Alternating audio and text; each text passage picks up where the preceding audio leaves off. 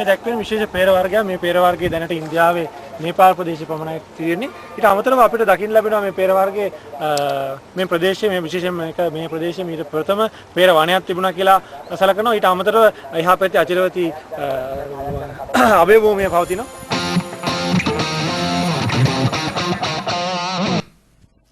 මේ අපේ චාරිකාවේ අවසාන අදියර.